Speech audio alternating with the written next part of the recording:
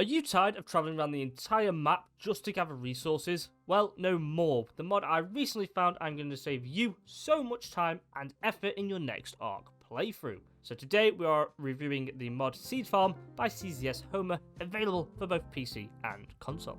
As the name suggests, this mod adds a load of new seeds which can be used to grow your own resources, starting from raw meat going all the way through to elements and even artifacts, meaning you'll never have to leave your base again.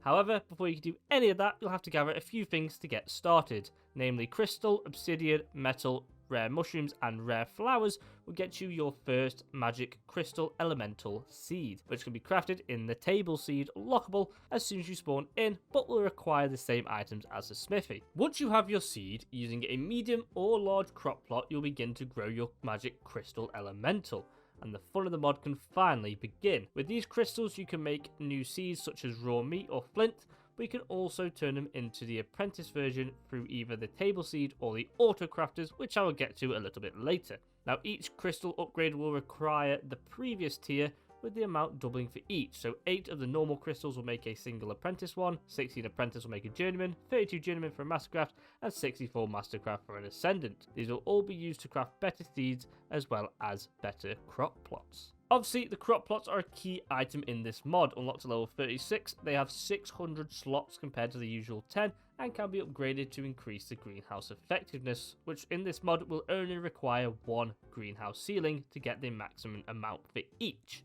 Now, if a regular crop plot can have a greenhouse effectiveness of 180%, then the apprentice version can have 450%, the journeyman can have 600%, then it's 1200 for the mastercraft version, and a massive 2400 for the ascendant one.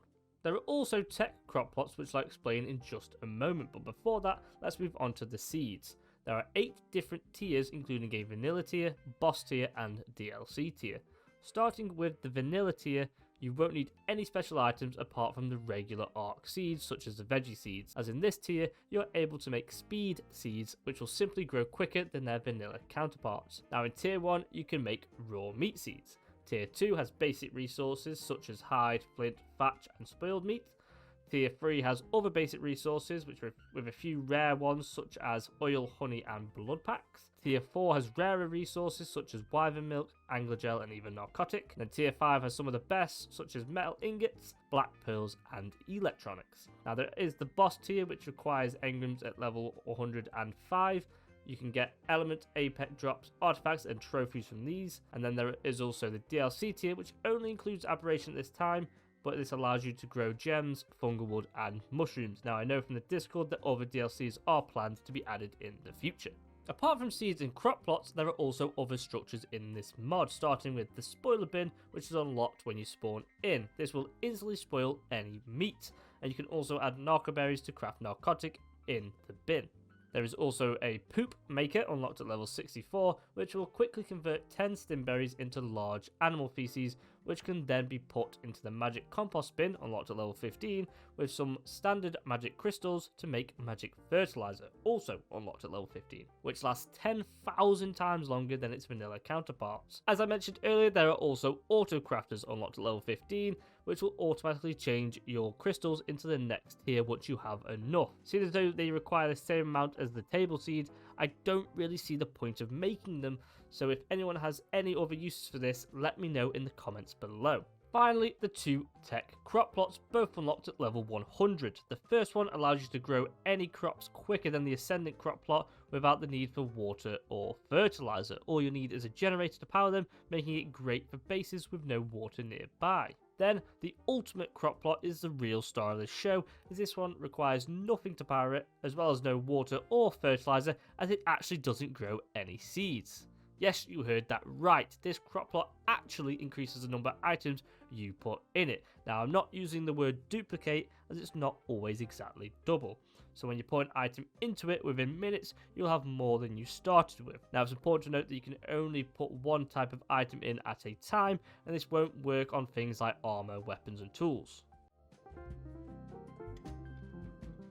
Moving on to the positive aspects of the mod, obviously you've got the automation of resource gathering, the ability to make rare resources easier to farm, and no longer having to travel across half the map for one specific resource. Now the negatives I believe are the engrams need reordering. I believe the bootmaker is way too high and some of the seeds are in the wrong tiers. Obviously we've still got the missing DLC seeds which I know are being added but are still a negative in my opinion. And finally the autocrafters, which I think seem useless, but maybe there are plans for the more features later on, or there's something I don't know about.